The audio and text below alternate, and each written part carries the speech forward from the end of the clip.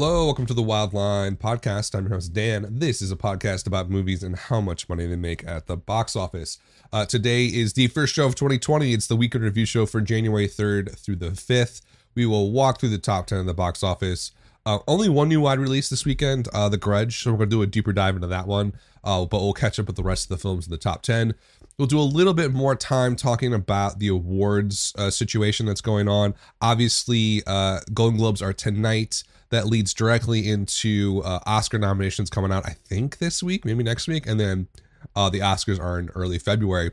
So we are right in the thick of the awards circuit right now. So spend a little bit more time on that today and sort of the rest and through the rest of the shows to the Oscars. We also have Chris coming back with a time machine segment. So that'll come in after the top 10 and awards chatter. And then we'll close out the show talking about what's going to happen over the next few weeks at the box office. All right, jumping into the top 10 here for the first weekend of 2020. Number one, to nobody's surprise, Star Wars The Rise of Skywalker at 33.7 million.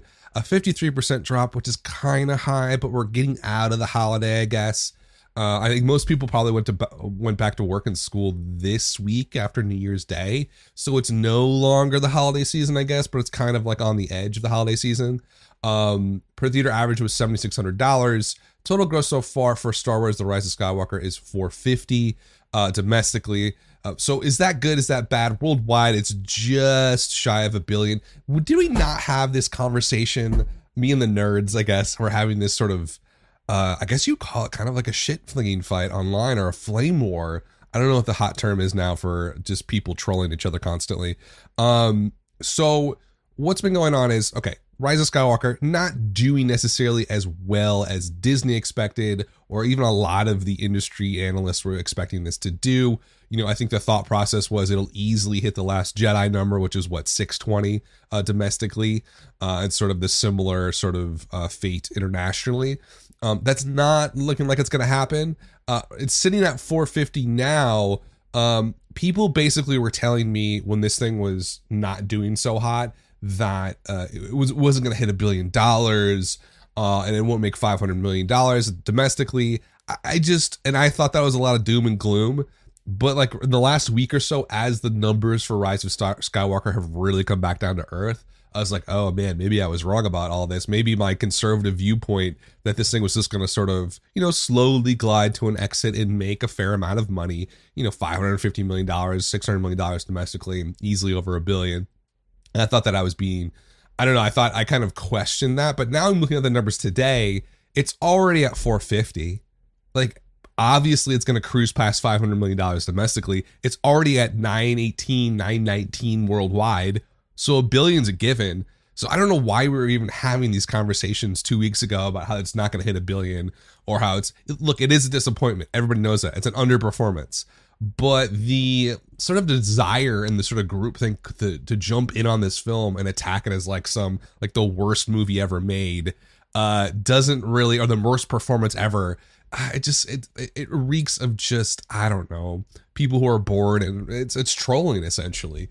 They want to hurt the Disney brand or Star Wars brand for whatever weird ideological or political position they have. It's clearly not about the movie. It's clearly about something else. And so with this movie right now, how's it doing? I think it's doing okay, but like, let's look at it versus Last Jedi. Now, the thing about that too is that's kind of like a straw man argument, because The Last Jedi did very freaking well. Despite the fact there was all this weird cultural stuff about it, it performed financially fantastic and made Disney hundreds of millions of dollars in profit. So if you take a look at how this one's doing versus that, it has really started to fall behind. Like when we were talking maybe a week or 2 weeks ago, a week and a half ago, it was within, maybe $10 million of The Last Jedi as of like last weekend. But right now, as of this Sunday, with the estimates coming in, it's going to be, let's see, $27 million off The Last Jedi. Last Jedi was at 517 at this point. Right now, Rise of Skywalker is at 450. So it is definitely losing some edge versus the last Star Wars movie. Where's it going to end up? Last Jedi ended up at 618. It's probably obviously going to be below that, at least 20, 30 below that. So you're probably looking at mid 500s, maybe 550, 560, something like that. Worldwide, billions done. So I can't believe that was even a conversation. You get pulled into these bickerings and this back and forth, this ping ponging of arguments, and so people always lose their mind about when that happens. So a billion is going to be easy for this movie. Now, how far does it get past a billion? At 1.1 seems pretty easy to me. I don't know. I don't know that much about its international performance. I know in China, there's not really a market for this. It's only going to end up at about $20 million, so it's not going to make up a lot there. But probably 1.1-ish or maybe just over $1 billion. We'll see though. But so take a step back. So it's like, even in my own reading of this film, it's back and forth, back and forth. Is it good? Is it bad? Overall, holistically, wide angle view, baseball metaphor, it's kind of like a single, maybe a standing double. It didn't flop, it didn't crash, but it didn't really pop off like a Star Wars mainline movie usually does. It's not an MCU movie. It's not making $2 billion worldwide. It's not like an Avengers film making, Endgame made what, $2.8 million once they counted the missing money in China. So it's not on that level of performance. And the expectation is that it might have been. And then if the trilogy was handled a little bit differently, it could have been to that level. But that didn't happen here. And so whatever that means for Star Wars, I think the Star Wars narrative universe isn't really hurt all that much by this performance. I think, you have the Disney Plus show that's going now. You have all these announcements coming out about new movies and new TV series. I think Star Wars is going to be fine. I think the lesson here for Disney and maybe the industry at large is, even if you have a huge brand, narrative universe, IP, whatever you want to call it, you do sort of have to treat the audience with more respect. I think one of the biggest issues with this Star Wars trilogy is that it wasn't well thought out. And despite the fact that, like, oh man, I'm gonna take shit for the prequels are terrible movies, right? But at least there was this overarching narrative but by the time you got to Revenge of the Sith, it paid off. And that's easily the best prequel film, because all of that jumbled narrative mess was actually leading up to that movie. With this one, it kind of, I haven't seen it yet, but the feeling that I've gotten from a lot of the critical viewpoints that I've seen, a lot of the anecdotal stuff I've seen online from people who've seen it, in-depth reviews as fans, is that it just was not well tied together. And this movie felt like a reaction to the sort of phantom negative viewpoint of Last Jedi. And so, it's an example of a studio not being confident in what they're doing. It's the exact opposite of like an MCU Avengers situation, where they are so confident, same director for the two movies, we're going to spend, $400 million, $500 million to produce these. That's a massive bet, of course, and then double that for marketing. $1 billion, that's $1 billion product. And they're probably going to make about $1 billion in profit off of that, because they did it right and it was confident and was well done. Star Wars could have been that, but it's not. But of course, Star Wars is never going to go away. We're going to have another movie, 2021, not next year, I don't think. This year, 2020. I forget it is 2020 now. But I think we're gonna get one next December in 2021. Okay, so that's Star Wars, kind of doing okay, not great, not terrible, kind of middle of the road performance, which we usually don't expect for a Star Wars. So on that level, it is kind of surprising. Number 2 this weekend was Jumanji: The Next Level.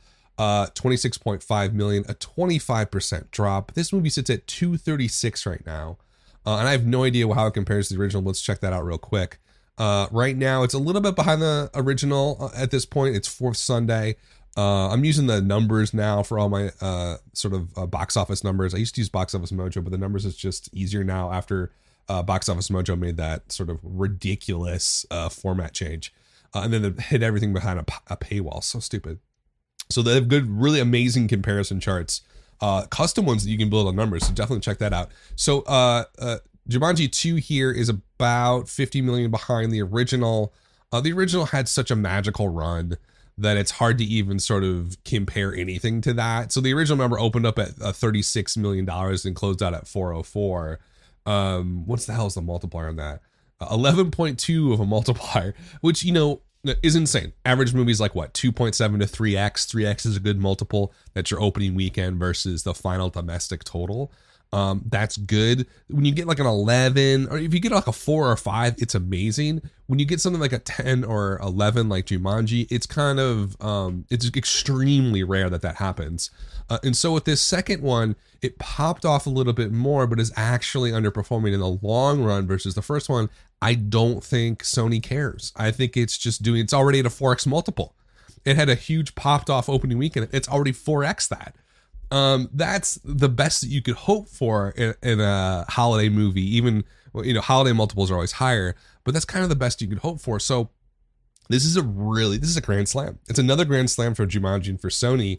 And who would have thought that, a reboot of a 90s movie like this, it comes down to the A-list stars that they have up front, like The Rock, and Jack Black, and it's just sort of like Kevin Hart, and it's I think it's a testament to their ability to sort of market those people as sort of the A-list talent here, and get people to show up for it. What blows my mind about it is that just people keep coming back to this movie over and over again. Very similar to the first one, you have these insanely low drops weekend to weekend. And I can't really, why is that? Now, is that people going back and seeing it multiple times? I don't think so. I think what happened here is pops off this $59 million opening weekend. And then I don't know if it's necessarily repeat traffic. It just feels like everybody wanted to see this. They're just trying to find the time to see it because it's a super busy schedule with holidays and stuff like that. But it was like, it's set in stone that like the super high awareness for this movie and super high interest. It's just the actual conversion of going out and seeing it has been spread out over the last couple of weeks as opposed to the first, week or so, or first weekend. So it's an amazing performance for Jumanji. Awesome. I think it's going to continue to have low drops, just like I said. I said moving into this one, although that's not true. I said there was a possibility. I thought the hype was not here for this because it didn't feel hyped at all. I'd forgotten it was coming out until 2 weeks before it came out. But when that opening weekend popped up, it's like, oh, here we go again. Like, it's going to have these super low drops all the way through like Valentine's Day. So really good performance for Jumanji. Number 3 this weekend is a movie I don't think that we've really talked about because it opened up on Christmas. Little Women. So the Greta Gerwig directed adaptation of Little Women, 13.5 million, a 19% drop. This thing is already at $60 million domestically. This is a phenomenal performance for this movie. I kind of called this one to break out. It's been one of my calls for the last 3 or 4 months. Like, the hype was there. The film Twitter type, the younger crowd is really into this, into the cast. Greta Gerwig, so there's that arty buzz to it as well. In the perfect release date on Christmas, and it's just been crushing the last couple of weeks. And I don't think this thing's gonna stop. Like, if you had this weekend, really wasn't a holiday weekend, and you're only dropping 19%, this is just, it's gonna keep chugging along for weeks and or maybe a month or two. So where does this thing end? I think $100 million is definitely in the cards for this, which even, I was thinking $70 million would be a great run and a huge breakout. But if it hits 100, that's just fantastic for Sony. And Sony actually has 3 movies in the top 5 this weekend, although the next one's probably not one they want to own up to. So Little Women doing fantastic. Award stuff for Little Women, maybe because of the good performance, it might. And it's also peaking. Remember this, it's peaking during voting season. So when the Academy Award nominations drop here, I think maybe might even be this week. It's such perfect timing because now when those noms drop and they start voting, Little Women's going to be in a lot of people's minds because it's out there. And it's doing well. That's a constant in the news. That does give it a huge bump when you talk about awards contention. Now onto the really fun stuff. Number 4 this weekend was the new wide release from Sony, The Grudge. Is it a remake? Is it a sequel? Is it a reboot? It feels more like a traditional reboot because maybe not. Then it kind of seems like a sequel after I was reading through the synopsis on this. Who knows and who cares, really? Awful performance, 11.3 million. That is lucky that they got away with 11.3 million this weekend, and we'll talk about why in a bit. $4,300 is the per theater average, not very great for an opening weekend. So here's a problem for Sony in this movie. The opening weekend's not a disaster. The problem is that CinemaScore. So only 20 films. If you're not familiar with CinemaScore, let's do a quick recap. CinemaScore is a survey that's been going on since I believe the late 70s, so a good 40 years.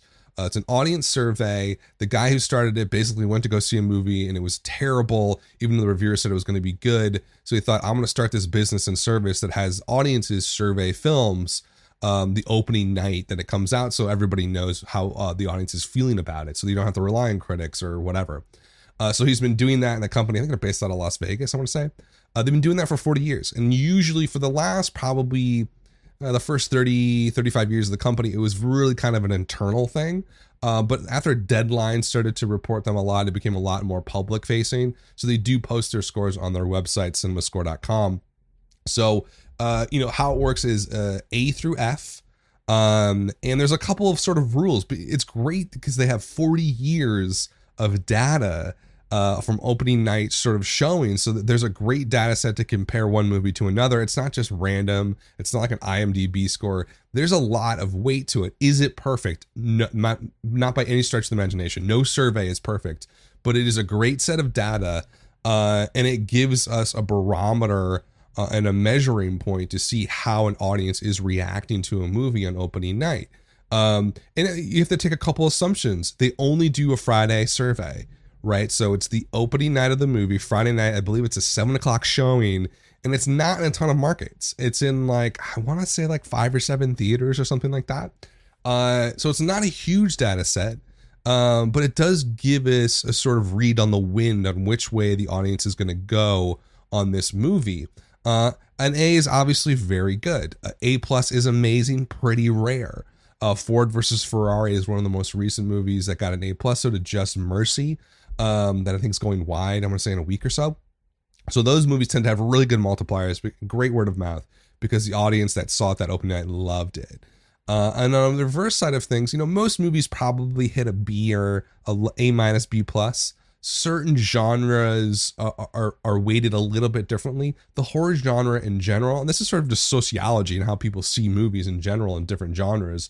Horror movies in general are rated basically about a half grade lower than a normal film. So let's say it's a rom-com, gets an A-. If it's a similar level film for a horror film, it might get a B+. That's just the way that people work with horror films. I'm not really sure why. And so there's a whole sort of, anything, the thing that you got to remember about CinemaScore is it's very highly weighted towards the A's and B's. Anything B- or below is a really bad score. Anything in the C range is terrible. Most recently, Uncut Gems got a C+. We'll talk about the exceptions to the rule a little bit later when we talk about that movie doing so well. But a C+ would be the kiss of death for a mass release normally. Some films get like a D. Doesn't happen very often. I think It Comes at Night, maybe Hereditary got a D. I know It Comes at Night got like a D+. And that was, why did that happen? Mismarketing. So with that movie, it was marketed as sort of post-apocalyptic, maybe like a zombie movie, maybe like a horror movie, like a supernatural movie. It turns out it's kind of a cold 1970s naturalistic sort of thriller, more in line with like something like Deliverance than say 28 Days Later, which is what I think the audience was expecting. So that audience expectation on opening night, they get out of the theater like, I hated that. It Follows had a low cinema score, I believe, too. The Witch had a terribly low score. So horror movies in general have a tough time with CinemaScore just because the audiences kind of expect a certain experience when they go see a horror movie. And if they don't get that experience, they freak out. But it's the same for any movie. Like any movie that goes like Uncut Gems, for instance, they probably showed up thinking, oh, it's got Adam Sandler in it. I know his movies on Netflix. I know his movies in the past. Yeah, every once in a while he does kind of a more drama, slightly arty, tiptoes in the art, like Punch Drunk Love. Uncut Gems is literally visual cocaine. It is one of the craziest movies I've ever seen in my life. It's a masterpiece. Basically one of the best endings I've ever seen of any film. It's a wonderful work of art, but it's extremely, I would say, experimental on some level. And even more so that you have such a notable A-list face as the lead playing this sort of gritty, grimy character. No wonder it got a C+, because it's all about audience expectations going into the theater and what they think immediately when they leave. And why am I bringing all this? Why am I going to a deep dive into CinemaScore? Well, the Grudge, our little reboot that could or couldn't in this case, scored an F on CinemaScore. It is one of only 20 films in the entire history of CinemaScore that has scored an F. It is incredibly, incredibly rare.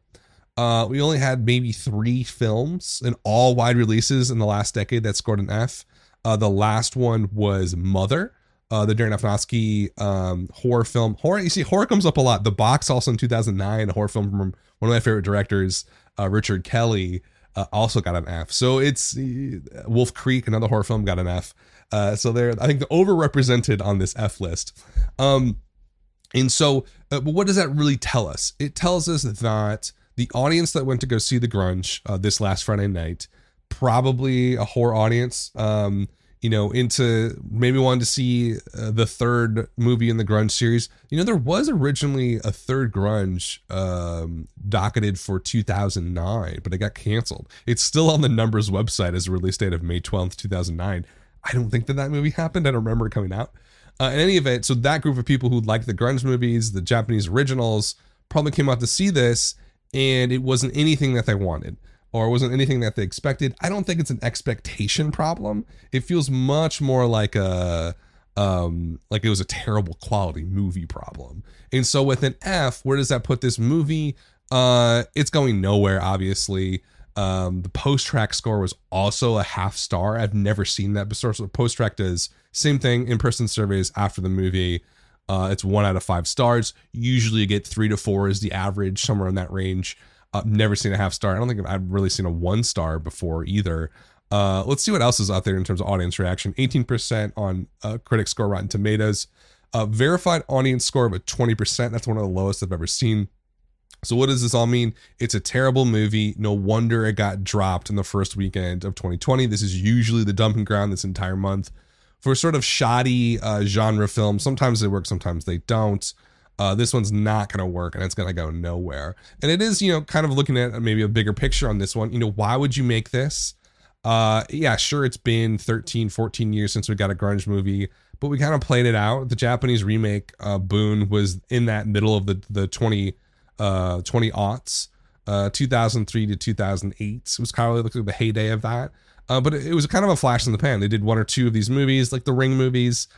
First ones were really good, really successful. Second ones, not so much. Like it took us, we got Rings 3 for the first time last year, right? So that was like 14, 15 years from the last one. So, I think horror is in an interesting spot. And it's one of my sort of, obviously, my loves I talk about all the time.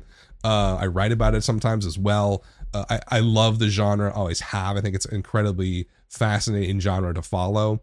I just don't get the call here on making another remake of this film. I don't see the audience. Great, wonderful cast. Just an amazing cast for a movie like this. So they got out the checkbook for those people, or at least got the right casting people in place. You just got to wonder, this is essentially kind of a symptom of a bigger problem where they're not really willing to take on original stories, which is just so sad, because we know original stories are going to win. They can win pretty easily. Look at Uncut Gems. Look at Knives Out. There is a marketplace. Look at Queen and Slim. There is a marketplace for really original films out there, but you have to be committed to it. You can't half-ass it.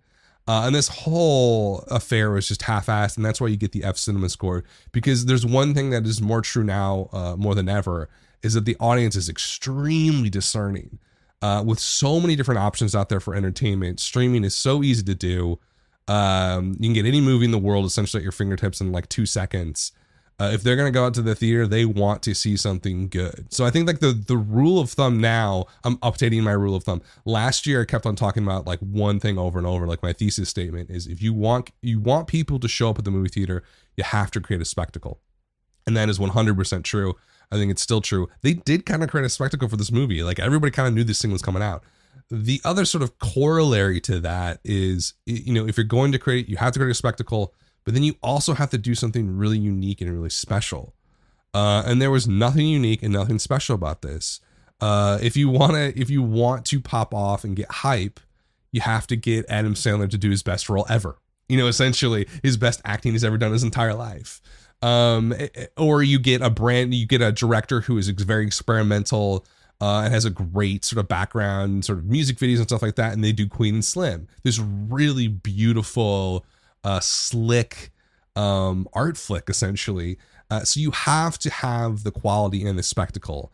And this just didn't have the quality. And I think audiences are more than ever have a much better bullshit detector than they ever have before. And now we have Rotten Tomatoes as sort of being a huge force. And people, and with social media, that's what's really changed the game.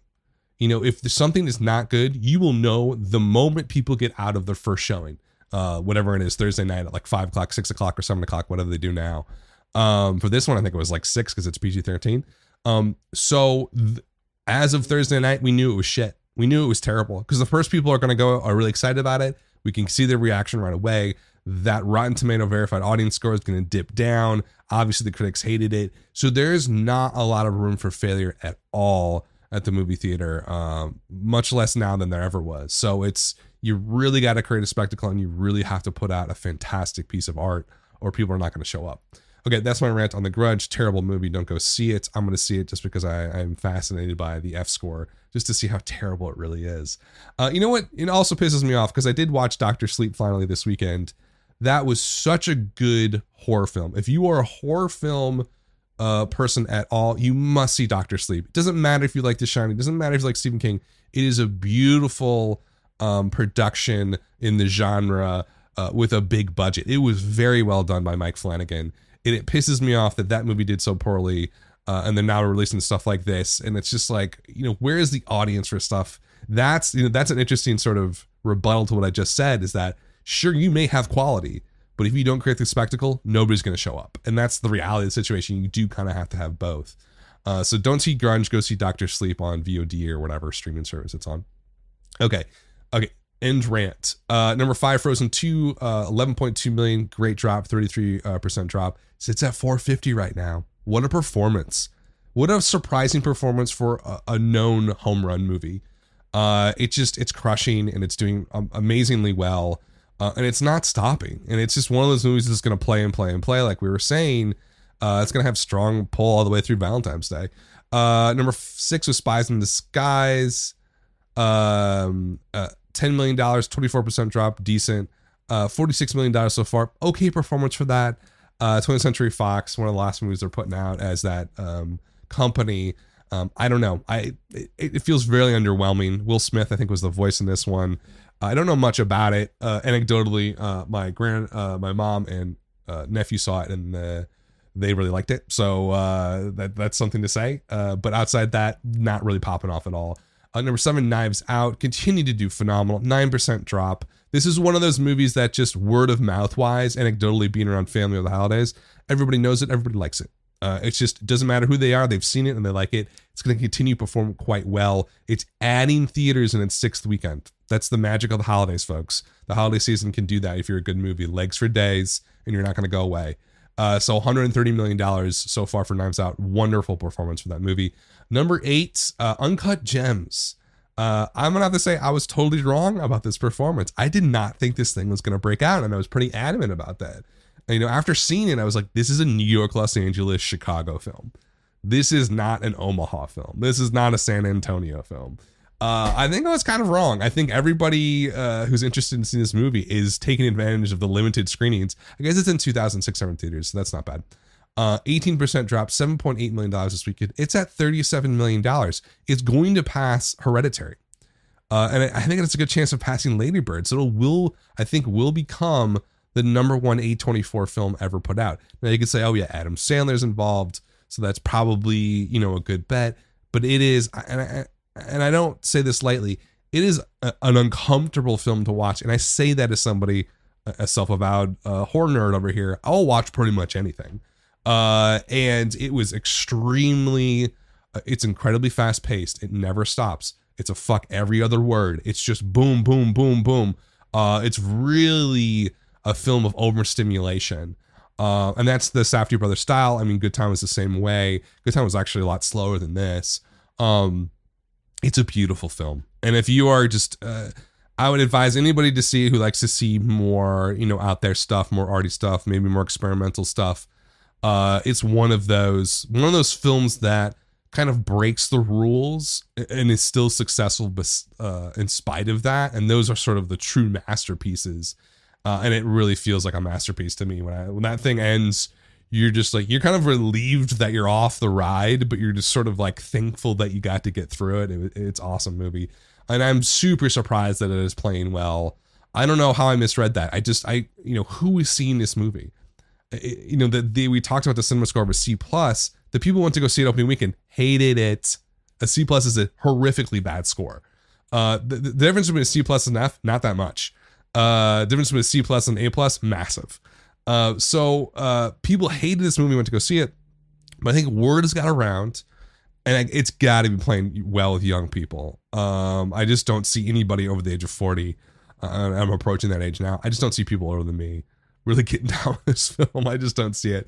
I thought it was wonderful, and people are picking up to go see it. Per theater average $2,900 in its fourth weekend, an 18% drop. It added 400 theaters essentially this weekend. So this is an amazing performance for A24, and it's a huge sort of step in a different direction for them. Now that they have this financially successful performance of this film, they're going to start spending more marketing dollars. They're going to get bigger names to sort of go out there like Adam Sandler did for this movie. And when I mean he went out there on the ice, like he was in a different plane on this movie than you've ever seen him before. So it's a wonderful performance and a wonderful win for that film company and everybody involved. So we're gonna keep our eye on that one, see how well it does over the next couple of weeks. Number 9, Bombshell. This one, $4 million. This is very underwhelming to me. Lionsgate put this one out. It sits at 25 right now at the end of the holiday season. What happened? That to me, that's a flop. Like this thing flopped, and I'm not even sure how or why. With the cast involved, the release date, I think it was just a victim of just too much stuff coming out at once. You had the ridiculousness of Cats, you had Knives Out, you had Frozen 2, you had Little Women, Jumanji, Star Wars, Richard Jewell, Ford vs. Ferrari still around, Beautiful Day in the Neighborhood, Parasite for the art folks people, and no one went out to go see Bombshell. That's what happened. Had wonderful, really good trailers, and obviously a fantastic top shelf cast. I don't know what happened there. Maybe people didn't want to see that sort of movie around the holidays. It's possible. Maybe it would have been better like an April, March release for that. But I think they're obviously going for awards nominations. This performance is going to hurt it tremendously when it comes to the Oscars. It feels like. I feel like no one's going to even talk about this movie now just because it's only making $25 million here in its fourth weekend. That is awful. And it was a movie I was not really paying attention to because of the holidays. But now seeing these numbers, it's kind of shockingly low. The Bombshell is actually bombed. That was number 9. Number 10 was Cats, Universal 2.6, 46% drop. Sub $900 per theater in its third weekend. Also sitting at $25 million. The byline on that is at least a $70 million loss. I think Variety was saying at least a $100 million loss. It's always higher than they say because all those people are insider sources at the studio. So at least $100 million, probably 120, 130, maybe higher loss for Cats.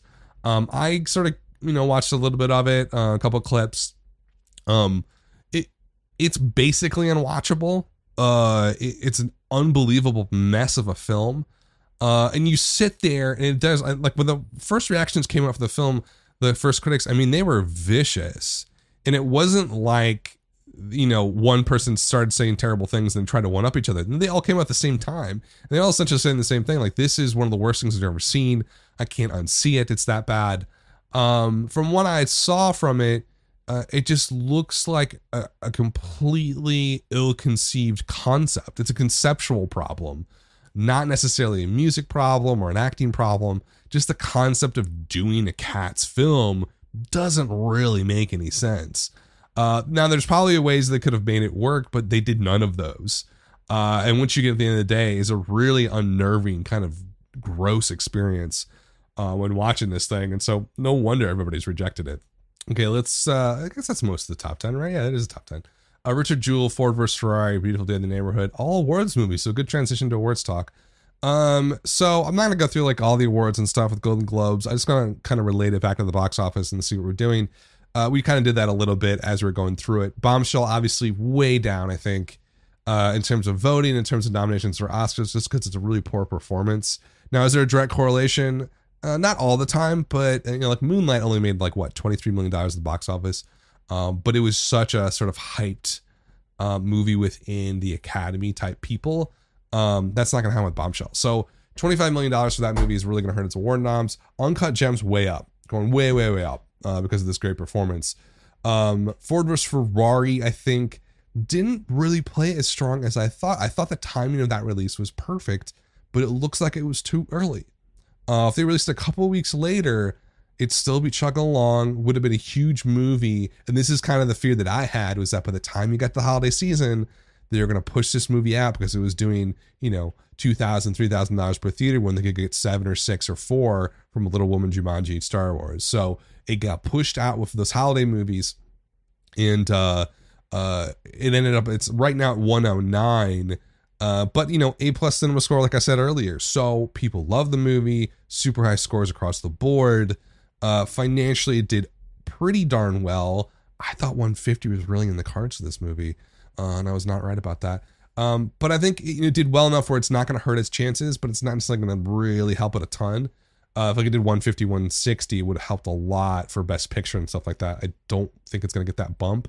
I still see it getting a Best Picture nom, but it definitely feels more kind of like the tired, stodgy pick, if that makes sense. It's sort of like, well, yeah, of course. And even watching it, I was like, yeah, this is good, but like, you're telling me to love it. And instead of showing me how to love it, if that makes sense. It definitely had that sort of, every sort of scene is laid out for you. Everything's explained to you. It definitely felt like a big budget Oscar bait movie. But it is really good and really enjoyable to watch. And those movies tend to do well at the Academy because they love being played to like that. So I think it's going to have a good chance to get a Best Picture nom, maybe acting nom for that one. Beautiful in the Neighborhood, it's at 60 million now. That's pretty good. I thought this thing was going to peter out a lot earlier than this. Just zero buzz. Just like no buzz for this movie. It's insane to me. This one just didn't take off more. And $60 million is not bad. I just thought this was like $100 million movie, and like we'd be talking about Tom Hanks as a shoo-in for Best Actor. Netflix really has drowned everybody out with Irishman and Marriage Story. Those two films have just been constantly going around online social media. Adam Driver's a shoo-in for a nomination for Best Actor. Irishman, I think, is a shoo-in for Best Drama now. Golden Globes tonight. I think it's going to win. I also think it's going to win Best Picture. And that's interesting because, didn't really play in the movie theater all that much, like a limited release because the major change wouldn't put it out because Netflix wanted to collapse the release window to like 30 days, and they're not going to do that because that would basically destroy their entire business.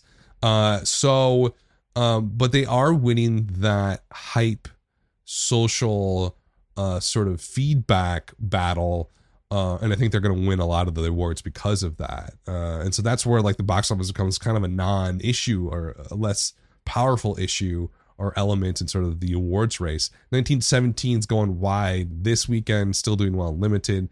Parasite still hanging around there, $24 million.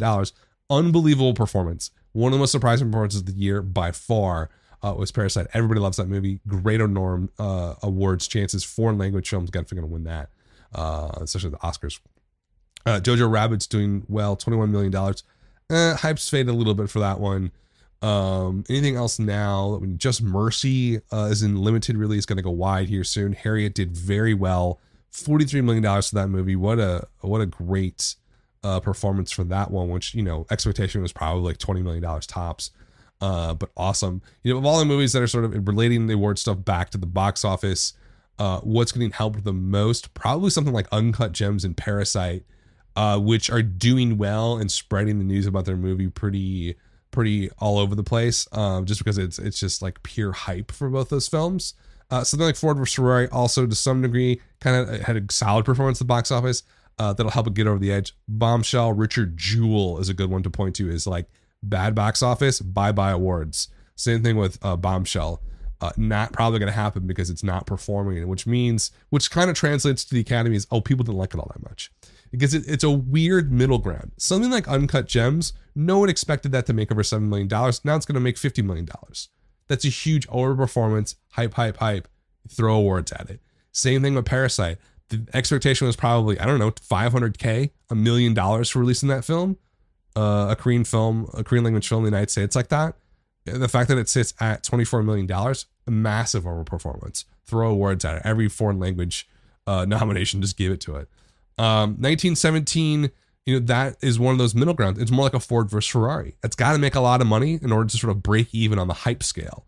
Bombshell Richard Jewell should have made $50-60 million easily. Didn't. Huge names involved. Underperformance. Bye-bye awards. That's kind of how it works to some degree. Simplify it to explain it like you're five. That's awards chatter. Let's kick it over to Chris for the time machine. Hey, it's the Wildline Time Machine. My name is Chris. Thanks, Dan, as always, for having me on the Wildline podcast. I'm here to talk to you about the past and future of the American box office. Been gone for a little while, so it's good to be back on 2020 for the new year. And I want to talk to you about the year 2005. Yes, weekend one of 2005, January 7th through the 9th. A strange corollary to what's happening this weekend at the box office that Dan just went through. Let's start with the number one movie of the first weekend of 2005. It was Meet the Fockers, the second in the forgettable trilogy of the Meet the Parents franchise. This movie made over $279 million domestic. That's insanity.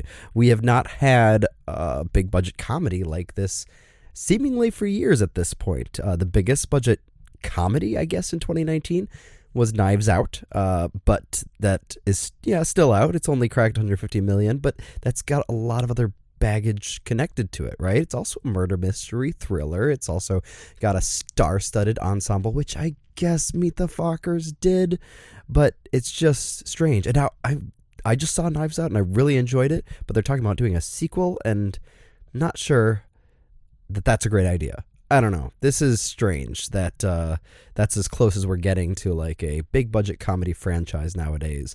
I guess you could call The Upside another big budget comedy, but it was a comedy drama, maybe even like leaning pretty heavily on the drama side, despite having Kevin Hart in it with 108 million. Probably the only like real classic like comedy big budget film this year and big box office win this year was Good Boys, and that only made 83 million. And I don't say only because that's still a big hit, but didn't even break 100, much less no $200 million comedies this year anyways.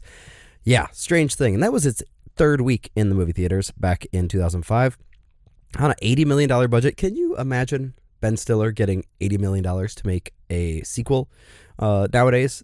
But that's kind of what was going on in 2004, 2005. In fact, 2004 had numbers 1, 2, and 3 of the comedy genre in the box office were all Ben Stiller movies. Yes, number 1 was Meet the Fockers. Number 2 was Dodgeball, 114 mil. And number 3 was Starsky and Hutch. This movie made $88 million, 5 more than Good Boys. And I think both films are equally forgettable. Very strange stuff from 2005. Jay Roach, the director for Meet the Fockers, I think all 3 movies in the trilogy. What a weird way to spend your life. He is now notable for kind of tanking on this attempt at awards show cash-in with Bombshell, only 21 mil so far for that movie. And compare that to his last big hit, which was indeed Little Fockers back in 2010 with 148 mil for a final domestic take. Oh man, Jay Roach. Not sure what this man is doing with his life. White Noise was number 2 this weekend in 2005. That's the Michael Keaton Ghosts in the Static in the television movie. This movie made $56 million domestic. That's I don't want to reuse the same word over and over again, but that's kind of what happens when I look back at the box office past. It's kind of a train wreck that's just impossible to look away from. $24 million for its debut weekend, a number 2 spot. Compare that to other supernatural horror films from that time period. $75 million for The Ring 2 in 2005, $75 million for Emily Rose the same year as well. So it's like not that far off from those movies, and which, by the way, I mean, the Ring franchise is still pretty eminent in its domain, but Emily Rose, the Exorcism movie, I don't feel like a lot of people still talk about that. Compare that to today, 2019. We had Annabelle Comes Home was a kind of huge hit surprise for $74 million in the Conjuring universe. It Chapter 2, of course, 211 million, but that's an outlier. If there's anything, I completely forgot about this movie, and you know why? Probably because it wasn't great, but it was filling a needed hole in the box office, and it just came out at the right time. That January trash can sometimes rake up some easy money. Jeffrey Sachs was the director for that one. He has gone on to do nothing. He made Alex Winter Stormbreaker in 2006, which happened to make 23 million, which I think was way more than I had anticipated, finding out about that movie that I completely forgot about as well. Before that, he only made a bunch of like British TV. He did a movie with Halle Berry that actually was pretty well received a few years after White Noise. But other than that, the guy's pretty much been off the radar. Number 3 that week in 2005, the first weekend, was The Aviator. Marty was kind of king of the box office in the mid 2000s all the way through Wolf of Wall Street. Aviator ended up making 102 million domestic. But here's the crazy part. It actually lost money. If you look at just the domestic total, it probably broke even after worldwide release, but I don't know if there's much interest in The Aviator outside of the U.S. $110 million budget for this movie. For a movie where Leonardo DiCaprio pees in jars, that's, I'm going to say it for a third and final time, insanity. $7 million for its fourth week of release, and yes, it went on to be nominated for a bunch of awards, but I think is largely a minor spec in Scorsese's epic filmography. Compare that to other things that were going on in that time around, the biopic, like epic drama awards bait season stuff. Of course, 2004 was also the year of The Passion of the Christ, which made $370 million. I can't believe that at all. Whereas Ray, for instance, still a movie that has gone down better in history, even though I do not like it at all, than both of these films. I believe it only made $71 million back in 2004. Compare that to today. Ford vs Ferrari, 108 million. Like it's like the smart dad movie. You send out to go see to learn about something historical. Downton Abbey, the smart mom movie, 96 million. This is a kind of movie that's going on Netflix now, right? That's what Scorsese famously did this year with The Irishman. But I think that more had to do with how much silence bombed back in 2016 more than anything. That movie only made $7 million about the missionaries in 15th century Japan or whatever. The Wolf of Wall Street, though, was a huge hit. Made way more than The Aviator. Not way more, but still significantly more. Actually, made a profit, $116 million back in 2013. So I don't know. I love you, Marty. I worshipped you as a teen and young adult, but I don't really know what you're doing. I really think The Irishman could have been a box office hit. Did not help that, of course, he prefers the longer running times, but I do not think that makes much of a big deal anymore with you got Marvel and Star Wars movies running at 2.5, almost 3 hours, sometimes more than that. Okay, let's talk about the future. I wanted to do a little spotlight on the indie studios and what they're going to be up to this upcoming year, because Deadline did a report on kind of the biggest grossing indie studios of 2019. The highest grossing indie studio was Focus Features, largely because of that Downton Abbey movie. They had $208 million gross. This is all domestic for all of their films. Harriet also was a big chunk of that. And this year they're coming out with a movie called Stillwater from director Thomas McCarthy of Spotlight and The Visitor. Matt Damon will be starring as an American oil rig roughneck from Oklahoma who travels to France to visit his estranged daughter. Sounds like a snooze fest, but I do love Thomas McCarthy. I think he's a very adept screenwriter and competent director. Spotlight was one of the better Best Picture wins of recent years. That movie made $45 million, so I think he has a chance, especially with the awards season push, I should pronounce it, to, with Matt Damon in the lead role, maybe rustle up some dollars. I don't know if it'll be that big of a hit compared to Spotlight, because there's so much controversy surrounding that subject matter of the Boston Globe uncovering the Catholic priests scandal. But compare that to like $10 million for his movie Win-Win in 2011. And $9 million for The Visitor, which is a movie I absolutely adore, back in 2008. And, of course, he made The Station Agent as well, a ridiculously awesome debut film. I don't know exactly what McCarthy's thinking here. It won't be as big of a misstep as his Adam Sandler movie The Cobbler was, but this is kind of, just generic 5 Easy Pieces Five Easy Pieces. I can't talk today. Five Easy Pieces, Garden State / whatever. And speaking of reconnecting, that's just like a theme that's so overdone in indie dramas, but it's happening also with the third highest grossing indie studio of the year. That would be A24. So I'm going to go a little out of order. Whatever. On the Rocks is coming out this year from A24. It's actually a co-production with Apple TV. So I don't know if I should be talking about it on this podcast, because who knows if it will actually get a box office release.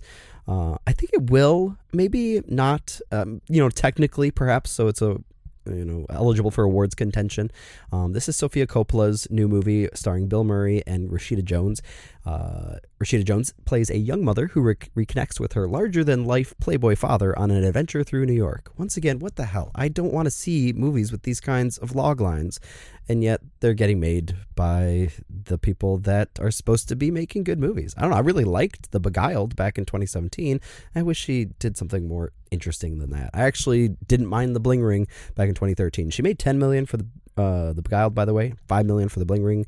So they have a chance at making some good cash. She's on a good trajectory of getting back to her Lost in Translation roots, especially with Bill Murray in the co-star slot. I think they could make a good chunk of cash if they put this out in the studios as a platform release first before releasing it on Apple TV. I don't know. And I don't know if that's enough for me to add on Apple TV to my horrible addiction to streaming services that is basically just equating to the price I paid for, my parents paid for cable back when I was growing up. A24 had 90 million gross of 2019, largely because of the huge breakout success of Uncut Gems, but also Midsommar made a dent in that as well. And last but not least, let's talk about the new Wes Anderson movie. Yes, that's right. The number 2 studio of the indie variety to gross the most in 2019 was Fox Searchlight with $100 million, largely due to both Ready or Not and Jojo Rabbit. 2 movies that did not break out hugely, but, made enough of a... Ready or Not was basically distributed and marketed like a wide release, even though it I guess it was wide release, but it was produced and distributed through Fox Searchlight, which is kind of a strange choice since it's more of a horror genre picture. But I guess it didn't bomb as bad as people I think were talking about when it first was released, because it kind of built some word of mouth because apparently it's really good. Jojo Rabbit didn't make as much of a impression as people had thought. It got kind of divisive reviews, and while it's up for some Golden Globes tonight, I don't know if it will really stand the test of time. The French Dispatch, though, might bring Wes Anderson back to his heights of The Grand Budapest Hotel, which made $59 million back in 2014, still his biggest box office hit. He had a $32 million return on Isle of Dogs 2 years ago, 2018, and $45 million for Moonrise Kingdom in 2012. I could see this definitely. I mean, he's also doing a very smart thing by kind of stealing from Greta Gerwig and putting Timothée Chalamet and Saoirse Ronan in the top spots for his cast. And this one actually sounds interesting. This is a log line that doesn't make me roll my eyes. Even though it kind of should, probably, but I'm a sucker. It's a love letter to journalists set at an outpost of an American newspaper in 20th century Paris. So if you got some geopolitical things going on, you can still have the cutesy, twee set decoration and what have you. And with these two actors, Saoirse killed it in Grand Budapest Hotel, and he knows how to work with young actors, clearly, a la Moonrise Kingdom. And it seems, I'm a sucker for his movies. I still haven't seen Isle of Dogs for some reason. And I think the only kind of dinger he had was, what was that called? The train movie, Darjeeling Limited. But I think this is the one I'm most excited about, The French Dispatch. We'll see how it does. Thanks for listening. This has been the Wildline Time Machine. My name's Chris. Thanks, Dan, as always, for having me on the show. I'll be back next week, hopefully on a regular basis again now that the holidays are over. Have a good one, and go see a movie. All right, another great segment from Chris there, Time Machine. Let's talk a little bit about that 2005 weekend. Meet the Fockers is a terrible movie. Phenomenal performance, though. Made tons of cash. Ended up at 204, so that was a really, really good performance for that. I love the original. Meet the Parents is so good, well written, stands the test of time. A great late 90s comedy. I guess it was late 90s, wasn't it? Maybe it was early 2000. Maybe it was 2000. Whatever, it doesn't matter, that time period. Meet the Fockers is terrible, though. Didn't make a lot of cash. White Noise, I did see opening weekend, opening night in, I believe, Winston-Salem, North Carolina. I was going to school as my senior year. For some reason, I felt compelled to go see that movie. I saw a lot of movies back then.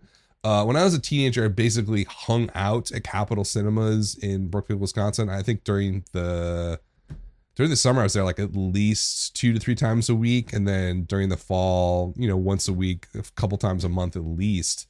I loved going to the movies, obviously. And White Noise is one of those movies when I was a little bit older, in college, about to graduate, go out into the real world, spending my own cash on this movie. And I was like, this was a total waste of time. I remember sitting in the theater being like, this movie's awful. Why am I here? And I just got really angry. And it was one of those movies that got me to stop going all the time in the movie theaters, just because like the trailer was cool. I love horror movies. I thought I'd get something out of it, but it's a nothing film. It only made $24 million, which was not great back then. Aviator, never seen the whole way through, seen parts of it, have no desire to see the whole way through. Scorsese, he's in he's sunsetting his career. Obviously he could retire now and everybody would be, celebrate his films and all that kind of stuff. He obviously has a great stature in the medium. Something like Aviator felt like a misstep back then. But it does kind of lead directly into what he's doing now with Irishman, where it's kind of his own thing, exactly the way he wants to do it. Netflix is going to lose so much money on that movie, but it doesn't matter because like to them, it's just like a marketing cost, because tonight Irishman's going to win Best Drama. It's going to get nominated for Best Picture, and it's probably going to win Best Picture. So for Netflix, it's just a marketing cost. I think Scorsese is going to get another Best Director or Best Picture Oscar. So that's going to sort of, I think, end his career. I don't think he's going to keep doing movies like that. I think he's at the point where he's sort of like, yeah, that was kind of my swan song.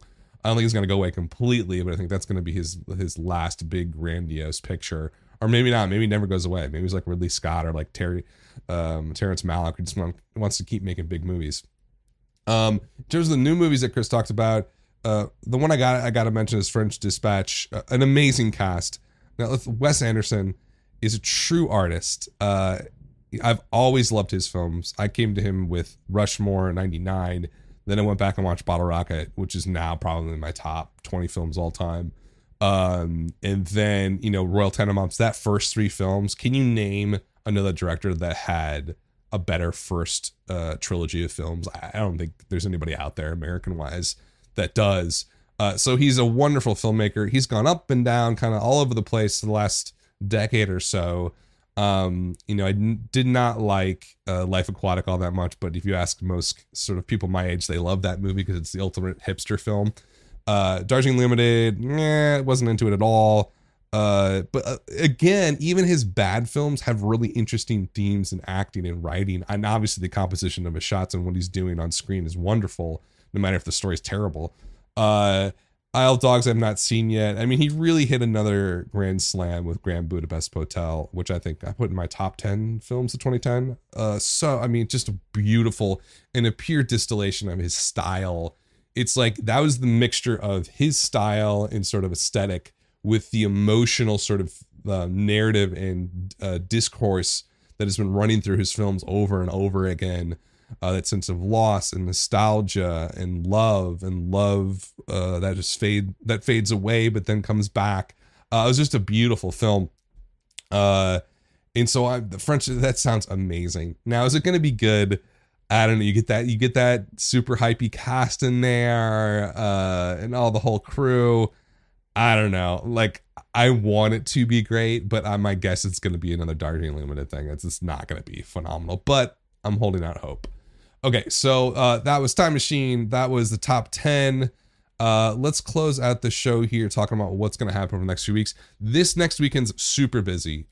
We have 4 new wide releases: Like a Boss, Underwater, 1917, Just Mercy. Like a Boss, I don't know much about. Underwater is going to be a very expensive flop for 20th Century Fox. Again, this seemed like, I think they spent like $80 million on that movie, which makes no sense. Kristen Stewart, TJ Miller, underwater sci-fi thriller monster movie, whatever you want to call it. Not going to do well. Guarantee it's not going to do well. This looks like one of those films that Disney took over from 20th Century Fox. Didn't know what to do with it. Didn't know how to market it. They have marketed a ton for the film, but it looks terrible. So there's no win situation for that movie. It's going to lose a lot of cash. And I'm sure Disney's just going to write it off as like part of the transition from 20th Century Fox over. 1970, look out for that one. Could be a big picture nomination. Could perform very well. I've heard nothing but hype for it and good stuff from people who have seen it and critics. So I do think a lot of people are going to show it's the ultimate dad movie as well. And now we're kind of out of the holidays. It's going to be really cold all across the country. So I think it's going to do pretty well. Just Mercy, A+ CinemaScore in that one. So look out. Could be a big breakout there for Warner Brothers. Bad Boys for Life is our first blockbuster, quote unquote blockbuster, coming out in 2020 on the 17th. Doolittle also should do pretty well. I think Bad Boys for Life's going to be big, but probably have poor word of mouth. It just doesn't look very good, but I think it's got the hype behind it. Closing out January on the 24th, we have The Turning, which looks interesting. Could perform pretty well. That's kind of my area of expertise, these horror films. I think it's going to do well. I think it's going to break out. You got Mackenzie Davis in the lead, that kid from Stranger Things, that other kid, and that old lady. I don't know. It looks interesting. They've certainly played enough with the trailer. I think it's going to break out. Run, Gentlemen. I don't know much about either of those. Gretel and Hansel. Look out for that one, United Artists, on the 31st. Feels like it might be a film Twitter film. So that small little vanguard of film snob and nerds might see that. It looks really fascinating. The visuals look amazing. It's got the young girl from is it It? She was in It. She's in that. Rhythm Section also comes out that weekend. Blake Lively spy thriller. Worst name ever, but older audiences might pick up on that. So to close, thinking about January, we got a lot coming out. This is a very busy January. So we'll make sure we'll try to keep up with everything here at the podcast. Thanks for listening, folks. I will be back next weekend on January 12th. Thanks for listening, and thanks, Chris, for the Time Machine segment. This has been the Wildline Podcast.